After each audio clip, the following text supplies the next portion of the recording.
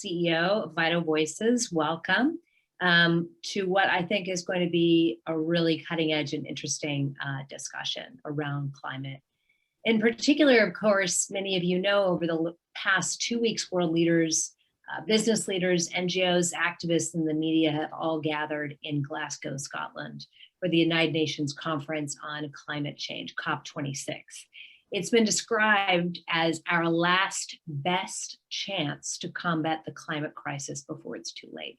We've seen incredible commitments over the course of these 2 weeks to make steps in the right direction, but I know that all of us on this discussion would agree that it's simply not enough to save our planet from disastrous levels of warming. The current president of COP26 himself actually said that gender and climate are profoundly intertwined. We know, based on research and data, that women and girls are disproportionately impacted by climate change. But as US Speaker Nancy Pelosi recently said, the leadership that got us here is not the leadership that's going to get us out.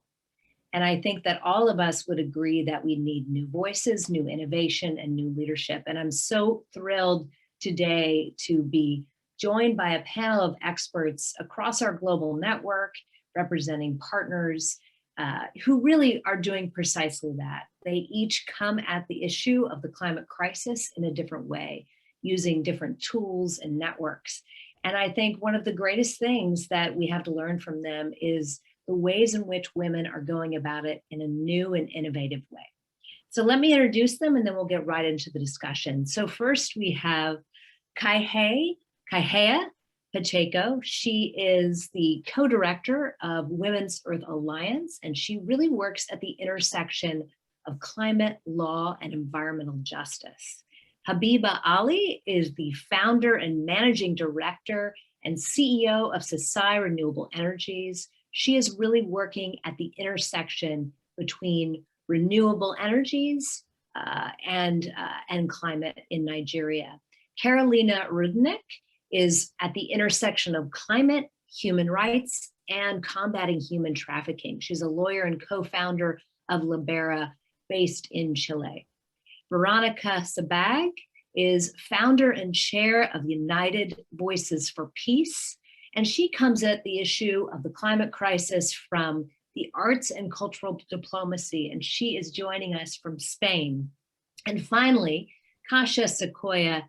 Slavner is an award-winning documentary filmmaker, photographer, and entrepreneur, and social justice advocate. She works on the intersection of climate justice and peace. She actually, coming from Canada, but is currently in Glasgow, where she's been for the last 2 weeks, filming a documentary at COP.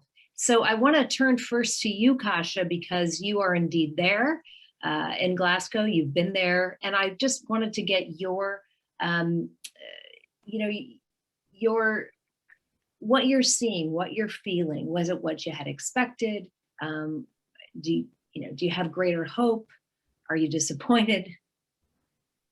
Thank you so much for having me. I think that I've been unpacking the way that the media's narrative about COP has affected and influenced our time here. You know, this one last chance and this one last hope to take action has set us up for, I think, a lot of young people are feeling really disappointed right now, understanding that this has been one of the most exclusive COPs rather than the most inclusive. Civil society organizations, women, people from the most marginalized communities have not had the chance to be in the negotiation spaces, not had the chance to have our voices heard. And so we're having decisions made for us, and speaking as a youth, that are taking us on track to meet 2.4 degrees of warming when the target is 1.5. And this is why I'm so concerned with the intersection between peace, militarism, and the climate crisis, is because a whole industry that is contributing greatly to the crisis is not being held to account. And so we're missing a lot of the stories, the valuable stories of people who are at the intersection of both, those who are affected by the climate crisis and conflict, whose voices are not being acknowledged. And for the most part, those voices are the ones of women and girls who are disproportionately impacted. So I'm feeling a lot of grief right now as a young person. And I know a lot of my fellow young people are feeling the same, but we can't let this be a stopping point. This isn't the be all end all. We have to continue to look forward. And so that's what I'm looking for as I move forward into making my documentary. Thank you. Kahea, I want to turn to you now with Women's Earth Alliance.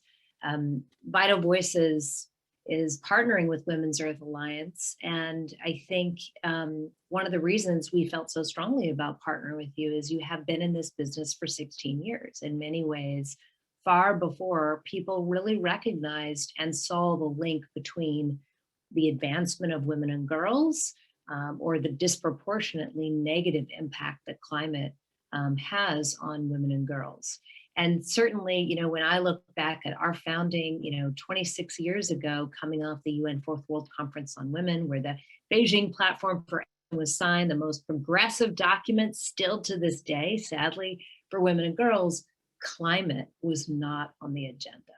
And really that recognition. So talk a little bit about WEA, how you were founded, and how you have worked to really convince people of that intersection and really empowered those frontline leaders for climate around the world.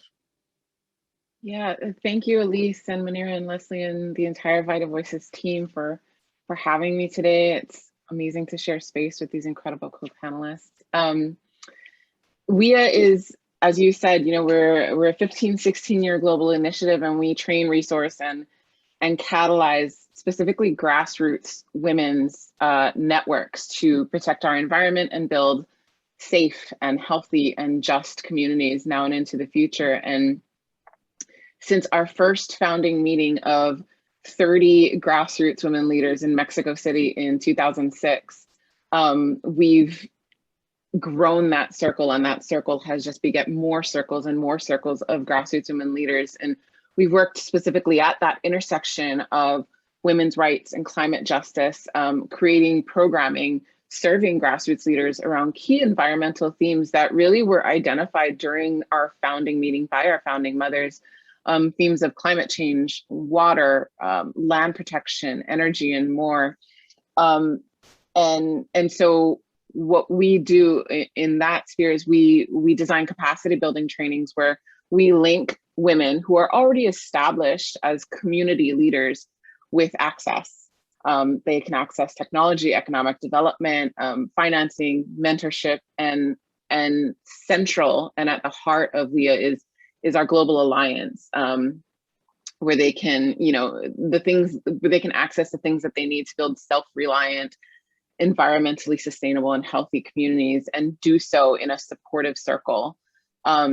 So our alliance leaders are, you know, around the world. They're saving indigenous seeds, selling clean cook stoves, providing safe water, protecting land rights, and we've had the honor of working alongside and amplifying over 10,000 grassroots women leaders in 22 countries during, you know, our lifespan so far.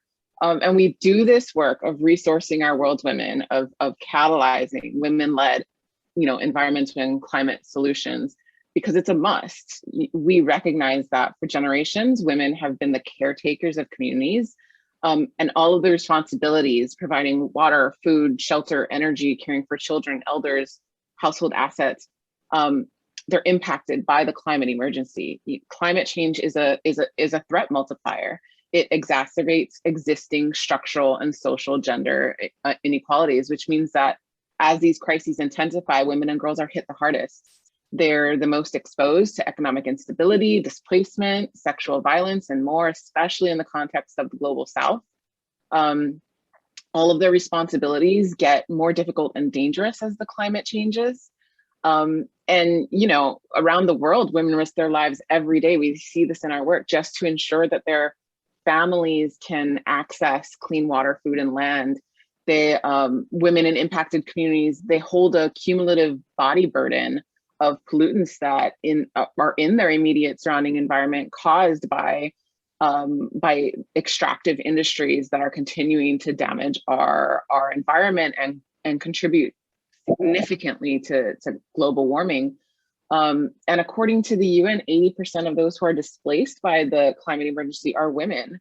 And despite what we saw last week at COP, as Kasha shared, we're just 16% of the COP26 leadership team were women, where of the 120 delegates or so, such an incredibly small number were women.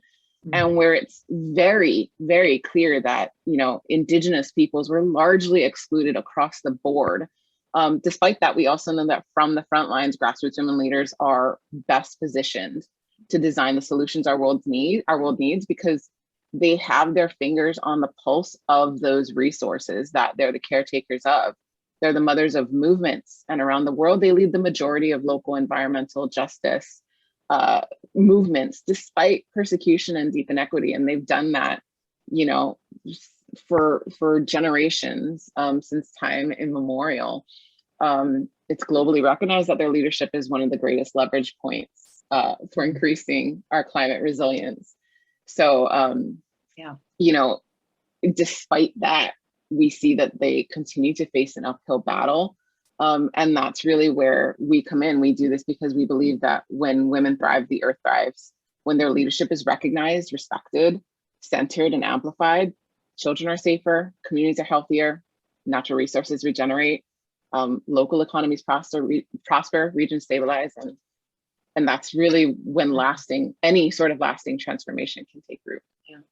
And as we know, of course, only about 2% of the world's development dollars go to invest in women-led solutions and those issues and projects and issues affecting women, which, you know, as we all know, the SDGs, whether you're focused on SDG 13 or SDG 5 or the intersection between the two and many more, we know we can't achieve any of them without investing further in empowering women.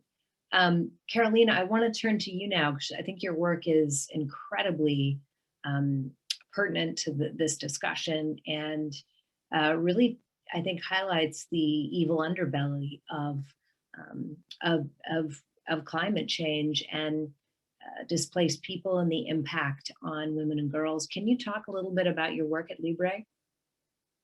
Sure, thank you. Well, first of all, thank you so much for this invitation. It's also an honor and a pleasure to be sharing this panel with all of these amazing women leaders. And thank you, of course, to Vital Voices for the opportunity to share our experience. So it's quite interesting, right? Climate change and modern slavery, climate change and trafficking. What's the connection? And the interesting thing is that at least from 2016, 2018, different research start discovering this kind of connection. Climate change induce cross-border migration, drives internal and cross-border migration. And in that migration, basically, people are vulnerable to be deceived and basically driven to modern slavery. It's a vicious circle where we can see how environmental damage that produces also contributes to climate change, at the same time fosters and promotes the existence of trafficking. And we're seeing that in the global south. We're seeing it in Peru, we're seeing it in Bolivia, we're seeing it in Chile, where the effects of climate change are driving people to migrate, and they are falling onto trafficking networks, forced labor networks. And the interesting thing at the same time is that vulnerable communities are also being trapped to work in industries that produce, environmental destruction. And you can see how the two phenomena interact between each other. And on the one hand, of course, we can see this kind of, I don't know the word exactly in English, I think it should be kind of causal effects, like one kind of effect, of course, directly is linked, one cost directly causes the effect in terms of, climate change drives migration of vulnerable people. But what it's most interesting is that we can see a kind of psychological ethical connection, because what the mood, the disposition, the human intentionality behind devastating nature is actually the same intentionality you can see when you impose forced labor, you exploit people. So it's in this connection basically is telling us that we've reached the final moment to start thinking about the production and reproduction systems that we have created in our human societies, which are driving us to death, to sorrow, to pain.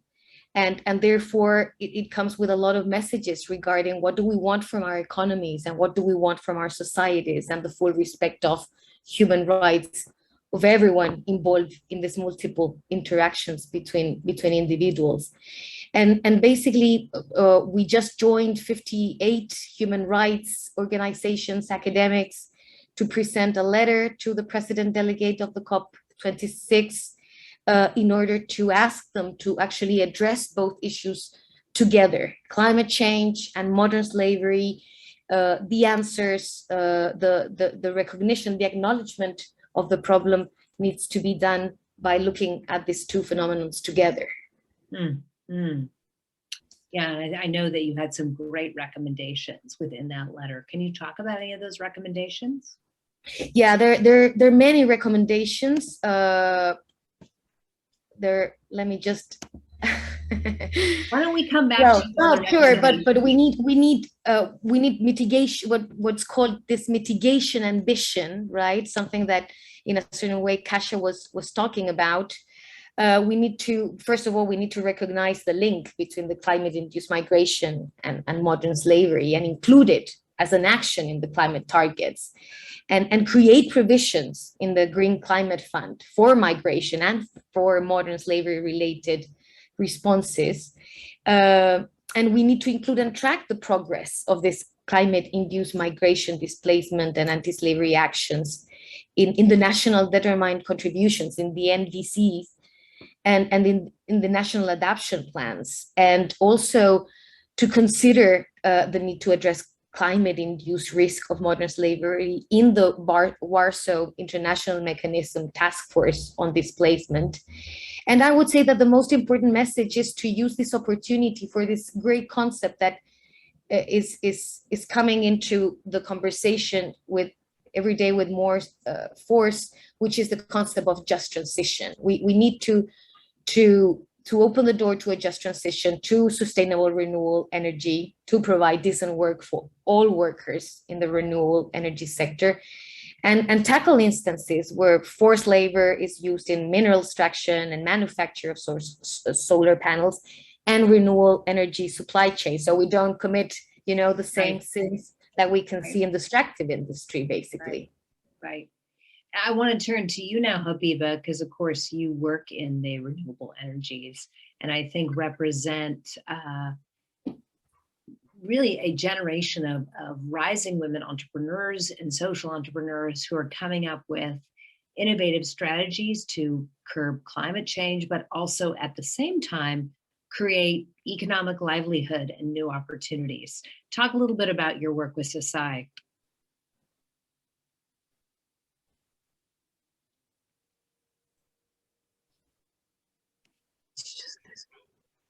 There you are. We hear you.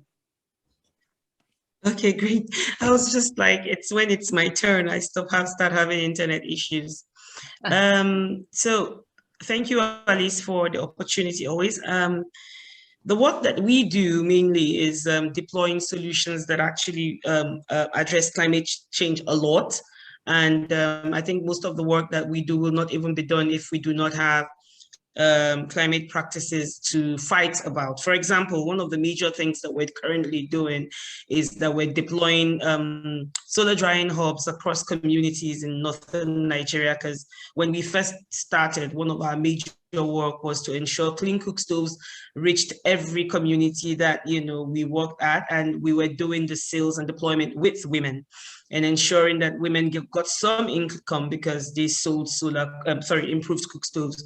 And these improved cook stoves, each one of them saved at least 2.9 tons of CO2 per annum.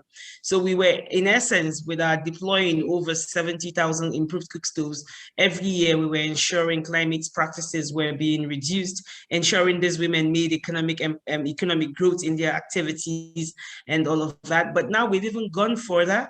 One of the major things that COVID showed could happen to us when it happened was transporting food became a big problem because there was the lockdown and it was at the peak of harvest.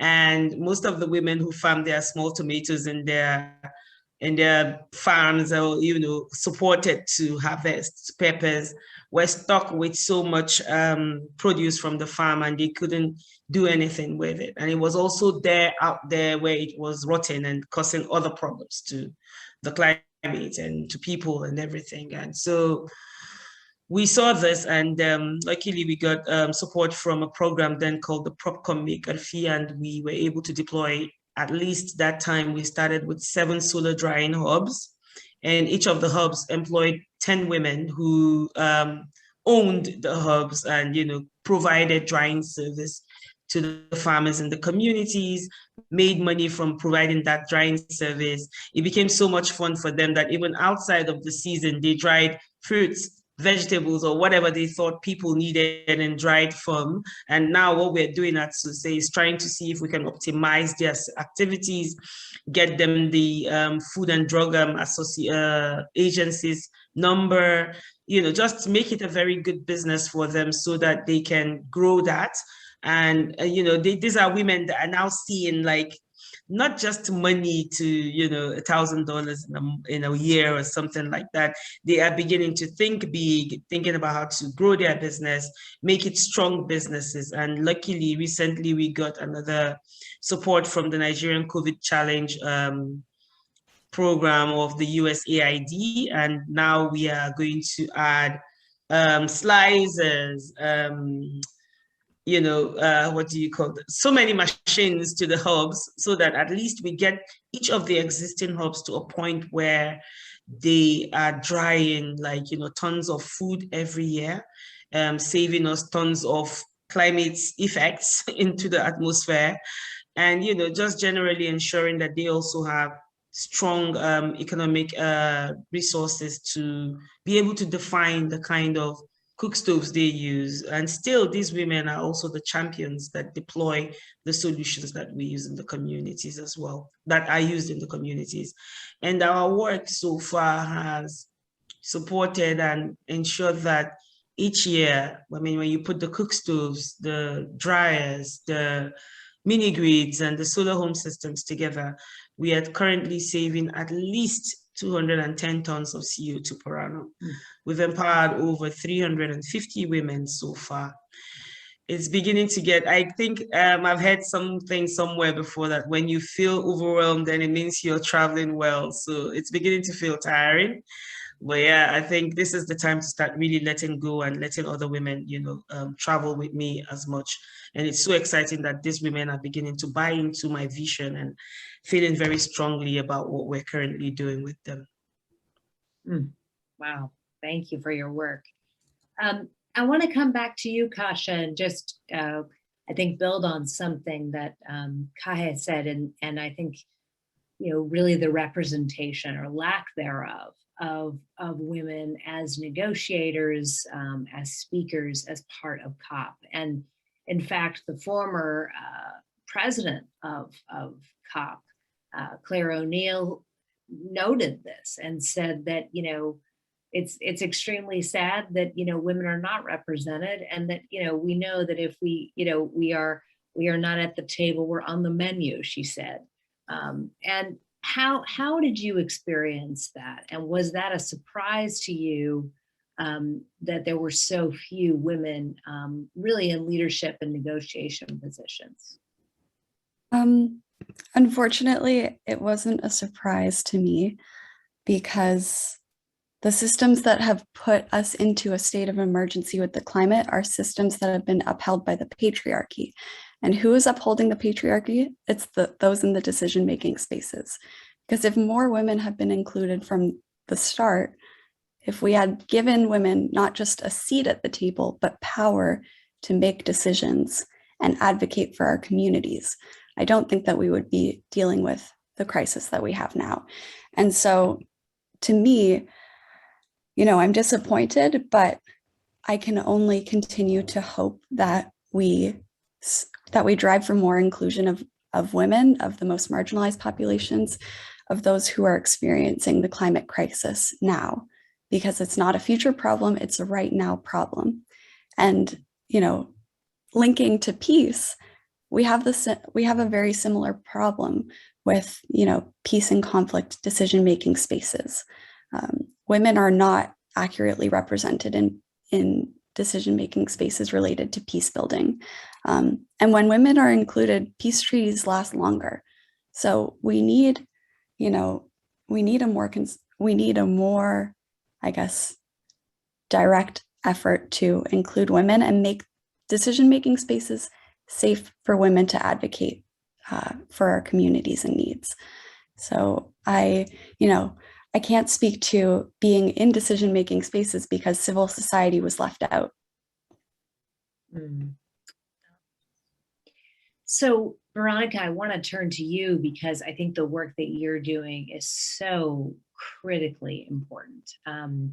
What I know is we've worked with the arts and culture and cultural diplomacy, the critical role that the arts can play and that culture can play in truly transforming culture and changing behavior. And so much of getting to the climate crisis is certainly awareness, but it is changing behavior. And when we think about the issues of advancing the rights and opportunities and leadership and agency of women, that is also very much about creating that cultural change. So talk a little bit about your work and some of the successes that you've seen to date. Yes, thank you very much for this opportunity to present our work here. And I thank you especially because I'm not a specialist on climate change and climate issues, but I am a specialist and I am an expert on governance. I'm an expert on international affairs, and I am an expert on cultural diplomacy. And one thing I would like to underline, exactly as other speakers have said, is that the issues and the global challenges we're facing are, first of all, interlinked. Most of them are interlinked. Climate change and climate emergency is definitely linked to other challenges we're facing, such as the lack of equal distribution of land, equal distribution of the rights to exploit land, food security, migration, poverty, so many challenges that are interlinked. This is on the one hand, but on the other hand, we need to underline that all those challenges we're facing are very much relying on the systemic structures and of power that we are challenging today here. So those structures of power and those decision-making processes that are traditionally based, as Kasha said, on the culture of patriarchy are I think, in an urgent need to be questioned.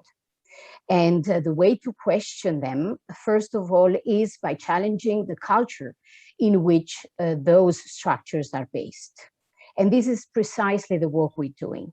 So we call it building a universal culture of peace.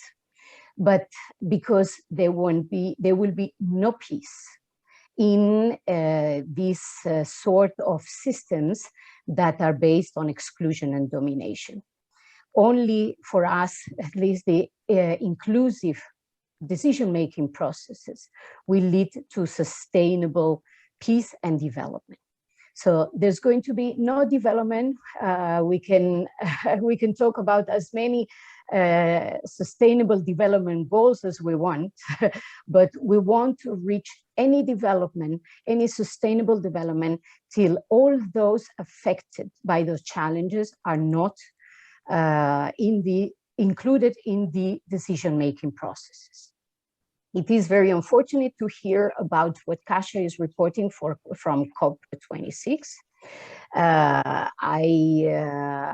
thought, and I had the illusion from what I read in the media, that this conference was a little bit more inclusive than others. Apparently, it's not the case, and I am a bit disappointed because we thought that more and more the voices of the youth in particular are being raised.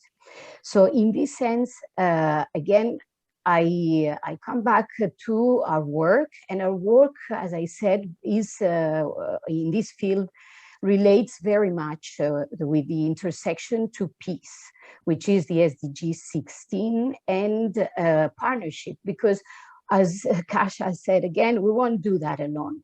We need everybody to be involved. And those partnerships will be key to achieve some improvements of those decisions that are currently taken.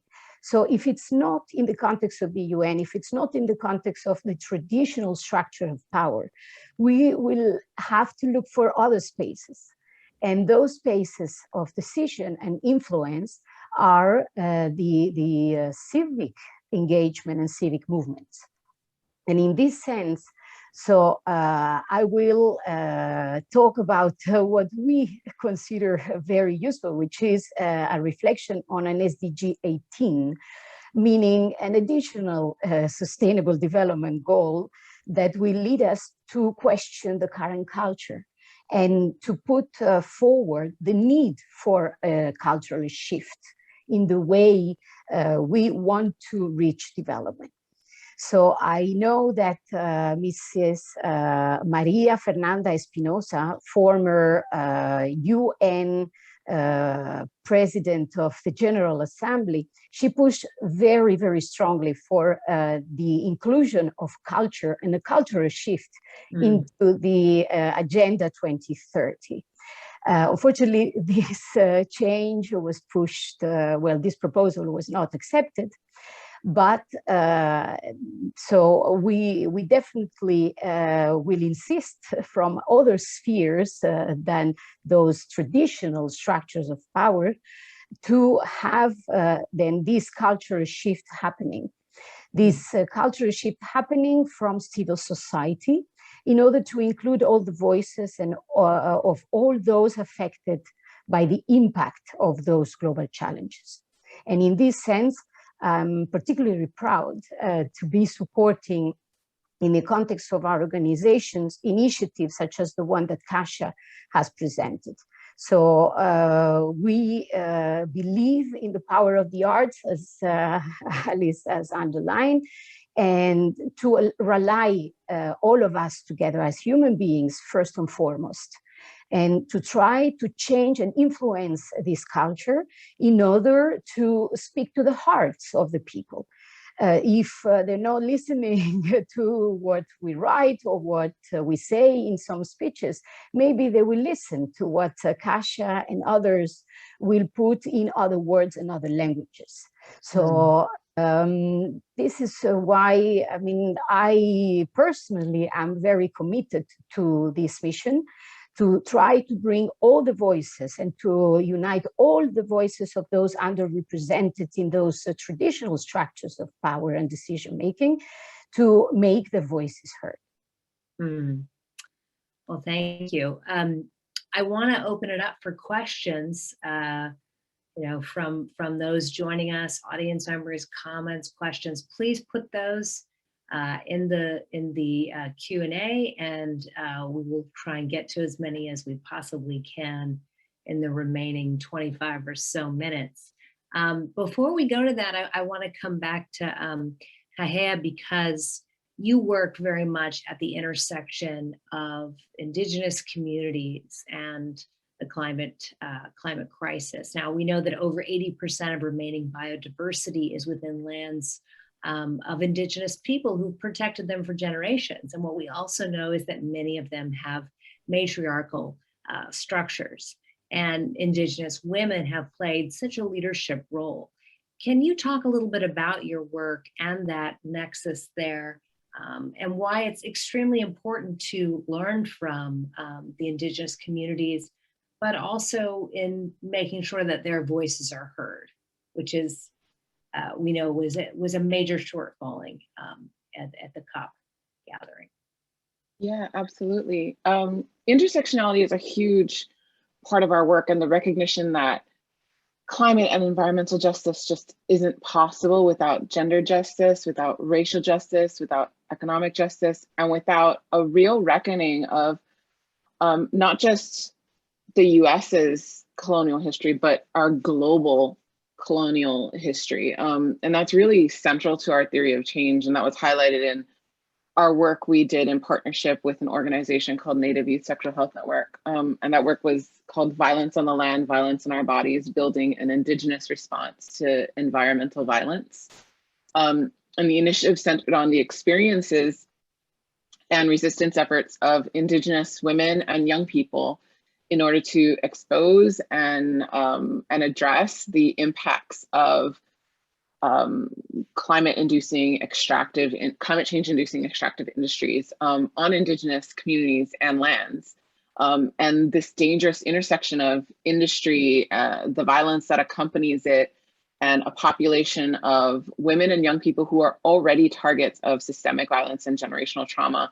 It set the stage for increased violence on the land, leading to increased violence on Indigenous women and young people.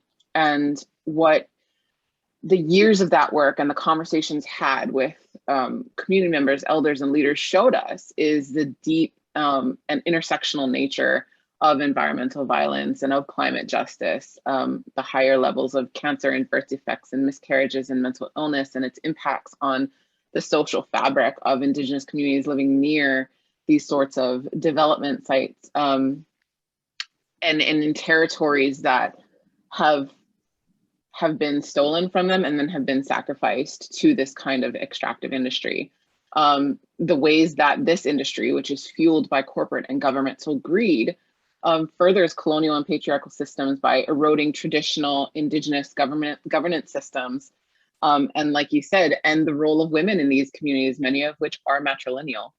So it reconfirmed why we work with Grassroots women, because Indigenous women in frontline communities are still leading efforts to resist the erasure of our people, in spite of the onslaughts of assaults on and disregard for traditions, lands, people, Indigenous women, two-spirits, and young people. They're continuing to gather and strategize and heal, and are weaving together intersecting issues of Indigenous sovereignty, environmentalism, feminisms, reproductive health, youth rights, and anti-colonialism. And what that work is born out of, I think, is an ongoing challenge in our movements, and it's the siloing of our issues. And that's why spaces like these are so important, and that's why getting Indigenous voices into spaces like COP would have been so critical to any sort of forward movement we're making, because Indigenous women and women of color and women from the global South exist at these intersections. So the perspective and the leadership they bring is necessarily going to be an intersectional approach to the issues, which it's multi-layered, and it'll provide multi-layered solutions. So yeah, did I answer your question? You did, no, absolutely. You know, we know that sadly, women's organizations like your organization and others that work on the climate crisis receive only about 1.6 or so of the very small amount of funds relative to other development issues that go to climate. So you think about that, it's from a relatively small pool of maybe about 3% of development dollars that are going to climate, then narrowing in even, of that, only 1.6 going to women's organizations and causes. Yet, as I think we've all acknowledged women, and particularly women of color, are on the front lines of both the negative impact, but they offer some of the greatest knowledge and some of the greatest solutions. I want to go out to some of the questions here that are coming in. One question comes from Christina, and she asks, what form should women's organizations take? Procedural rights, substantive rights, or rights held by future generations? As Kasha has said, women are left out in decision-making while climate change affects women more. Anyone would like to take that question? Carolina, what do you think? Sure. Well, I was reading it. We need to get political. I think that's the only way. We need to get to politics. We need to be in the table where decisions are being taken, and that involves demanding our own power. We cannot wait for other people to give us a space, to give us a chair in the table. It's the moment to really take possession of our beings as political beings and as completely entitled to come with our demands that in the end affect and bring benefit to everyone, because we're talking about women that are not working on their own individual issues, but they're working for the benefit of all, which is actually, it's interesting to hear, you know, how in the movement, in the environmental movement, in the anti-trafficking movement, in the human rights movement in general, we can always see that it's women who are taking the lead. And I really think that has to do with our nature. We have I don't want to connect this with an eternal discussion of what does it mean to be a woman, but women intuitively know, and that's a gift given by nature, that we're not alone and that we are connected, that everything is connected. We know that. We know that in a certain kind of level, we are all one. We know that our actions affect others. And that consciousness is, of course, the one I believe that intuitively and also, I mean, out of knowledge, that is the one that it's moving us. So this is the moment to get political. In my dreams, I always think, okay, girls, let's get to the presidency of the 193 countries in the UN, and let's start changing things. But that is the only way. We need to recover that power, and we need to come up to the conversation with the power to create new rules. We need new rules in the way our systems have been created. I think that is the only way. And of course, education, changing mindsets, raising awareness to this new consciousness. We can see it. I mean, all the women that are here, and particularly hearing like young voices like Kasha, like Kahea, it's this new transformation. I really lay my hopes in the new generation, right? New consciousness, understanding the interconnectedness of everything. Because right now, what we're living is out of blindness, right? How can we destroy our own home? How can we destroy other people that are as, you know, entitled to the same rights? It's out of a kind of an ethical blindness, right? I would even say an spiritual blindness. And that's why we need to get political. And there are so many arguments, there are so many links to be made. New research shows that where women have higher social and political status, those countries have some 12% lower CO2 emissions. That's, you know, there is a lot of data out there that shows the strong linkages between women's rights and climate change, or, you know, positive impacts to curb the climate crisis. I want to open it up for more questions from our audience, comments that you might have, really to take advantage of, you know, this phenomenal group that we have here. I know there's another question here for Kahea, Abuya. You work quite a bit with women on the front lines, of course.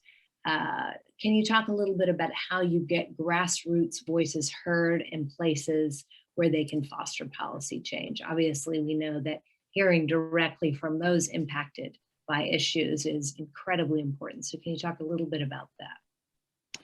Yeah, and this kind of builds off a little bit of what Carolina was just saying, which I fully agree with. You know, I think, well, to answer the first question is, we get women into spaces by providing them with the resources they need. Like Alyse, you were just saying, women's rights issues receive such a small fraction. I think it's 7% of philanthropic dollars globally, and only 3% of climate overseas development aid actually targets women's rights and gender equality specifically, which is a critical gap. What hasn't helped, I think, and what reinforces the patriarchal systems that are at play and that are keeping women from decision-making tables is positioning women as beneficiaries and as victims who are in need of saving, of aid, of experts swooping in. So while it's incredibly important to always presence the very real position that a lot of, you know, women, particularly women of color, women in the global South, Indigenous women are in, which is at this nexus of impacts that happen, it's really highlighting and resourcing their leadership that needs to be done, because otherwise we're just constantly positioning them as in need of saving, of someone to come in, and they're never going to be, you know, allowed to take in that, to step into that leadership positions. But the other thing we need to do is, as organizations, as an alliance, all of our work, you know, we're all in this ecosystem together, and what we all need to do together is support the leadership of women leaders, and that's, you know, getting them the appropriate technology, the economic development, the financing, the mentorship, the networks, those things that women leaders need, so that they are not doing this critical, heart-centered, and life-giving work alone, so that they are not burning out and feeling unsupported and unprepared to step into these spaces, because they will be a woman standing alone in a boardroom or in a negotiating space with all white men, or, you know, with all unfriendly faces who are not going to support her work. We need to provide women with an alliance of support and all the tools that they feel that they need in order to get there. And so that's why we focus on grassroots women and providing those resources in our work. We certainly know that, you know, and we've seen it this year on display like nothing else, that women are the greatest leaders in times of crisis. And certainly this crisis is no exception. Habiba, I'm sorry, I want to pull you in here. I didn't see your hand up. Yeah, I actually wanted to add to the, you know, the Carolina was saying something earlier about having women join more political, you know, be out there, be in political spaces and all of that. And as she was speaking, I was thinking at my kind of communities that I work in, you know, the whole Nigerian system. And I know that it's not up to 30% of the women who actually have very good education, who can actually be the voice and be in those political spaces. They are more like grassroots women, you know, and indigenous people down there. That's where the strength of the women in numbers, it really is. And I think about it as she was speaking, that then how do these women who are mostly, you know, trying to just survive, take care of their families, just the immediate needs, start, you know, having this voice in that political realm? And I thought about it, and I'm thinking, okay, maybe the best way is if they do have a voice, even if it is just in their own little circle, take ownership of what they are doing, take ownership of the solutions that are being preferred for them, and they can also voice out and take the leadership positions in their little circles. And, you know, what I think we further need to encourage is, how do you harness such smaller groups and bring out a leader from them, and then move that person up forward, and then move that person up forward. And that way we start hearing even the voice of the women behind. Because especially for a country like Nigeria that is bedeviled by banditry, kidnaps, and all kinds of situations in, you know, in the back end, the women who give birth to these children, who are these bandits, have a role to play. Yeah, they could take leadership even in their own homes. And so I'm thinking, yeah, it's not just about politically being active in the big level, but more like even taking ownership, starting from below. And how do we as players in this sector, and this already gives me so many ideas, how do we as players in this sector start giving them those leadership ideas even from the ground? And how do we use the work that we're doing with them to start telling them, you can actually voice out, you can actually be heard, you can actually also make an impact even when your little space and your community and all of that. So this is really deep for me in thought. Thank you so much, Habiba. I want to take another question that's come in, this from Janelle. She says, how do you all see us centering cultural shifts from an extractive society into inclusive systems in your respective areas, especially as we shift to more green industries? Talking about cultural shifts, Veronica, you want to chime in here? Although I open it to anyone. Yes. First of all, what I want to say is that we need to be realistic. The shift is not going to happen overnight. Those systems are deeply rooted. It has been a long time since the Romans that our societies are based on the patriarchy. So we need to be persistent, I think, and we need to act at different levels. So because we need to insist in raising this awareness. I think it's coming. I mean, maybe I'm too positive, but I do see some consideration. I do see some transformation. I see an effort. We have also strong allies coming up. I heard Kamala Harris speaking yesterday at the Paris Peace Forum. And I know that at least at that level, the message is passing. So the message is there. And in front of all the world leaders, she repeated this need to work on inequalities. So I want to be optimistic. I want to, as I said, from first, maybe as others have said, supporting those women leaders that are bringing those messages. And also, as I said, working from other spheres, alternative spheres of power. So a bottom-up approach. Civil society, I think, is a very powerful place where to talk and where to launch initiatives. We have a lot of freedom to do so.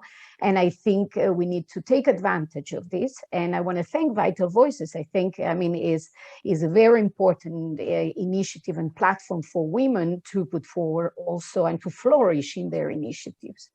So these sort of initiatives are very useful. I hope that this green economy we're talking about is not going to be just reproducing the same models that we've seen so far, but really to build back better.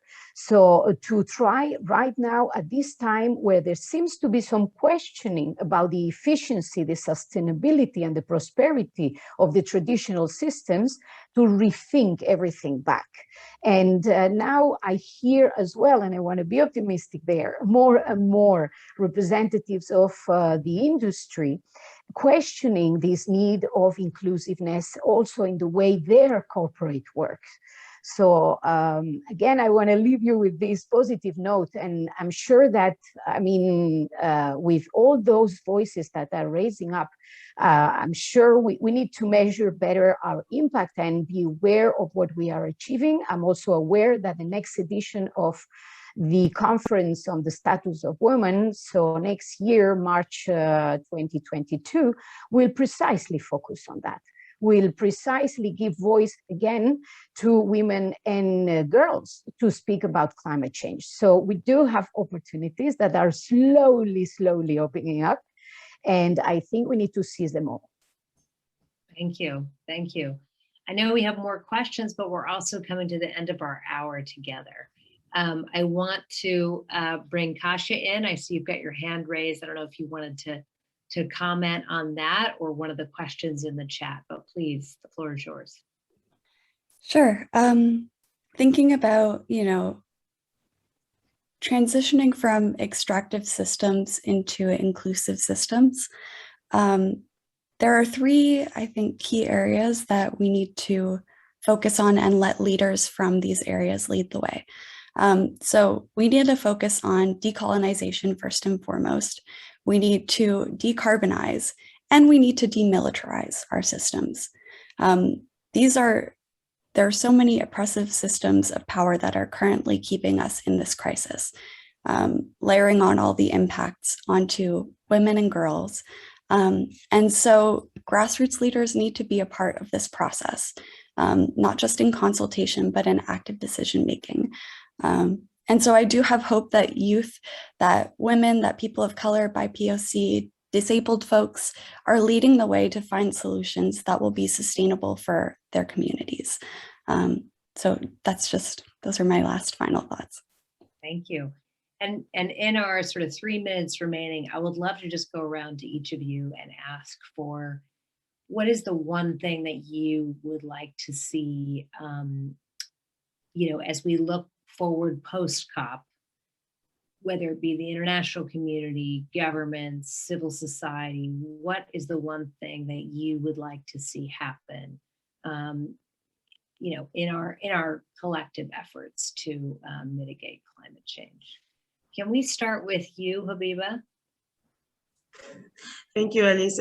I think the one thing, if you ask me, that I'd like to see is a little more, openness and listening ear to the people who matter. Kasha complained of the fact that they felt like it was not an inclusive COP, it was more of an exclusive COP. And how do we get that to be, discussions like that to be more inclusive? And when we're talking inclusivity, it's not just those people who can afford to fly to Glasgow, which is one of the reasons why I don't like going for COPs. I just feel, well, the people who need to be heard are not even able to go there anyway. And most of the people who go from our parts of the world are going for their own private enjoyment and all of that. So for me, it's not worth it, So how do we make sure that these voices are heard? And that's what I would love to see more of. Absolutely. Carolina?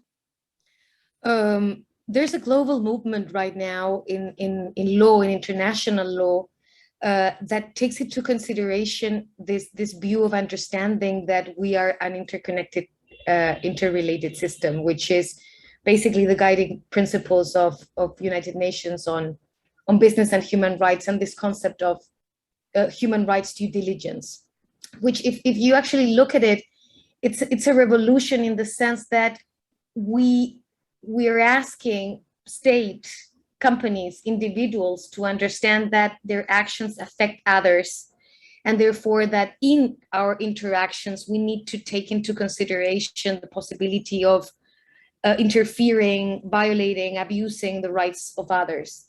What I would like to see in the upcoming years is the domestic incorporation all along the countries of this new legal framework that if you think about it, it comes with this big message of the most important competitive advantage for the future is fair treatment, is environmental protection, and I have my confidence that the new generations are going to bet on that. Wonderful, wonderful. Veronica? Yes, on my side, the one thing I want to see achieved on climate change is to see Kasha's documentary. So Kasha is working on a documentary called 1.5 Degrees to Peace.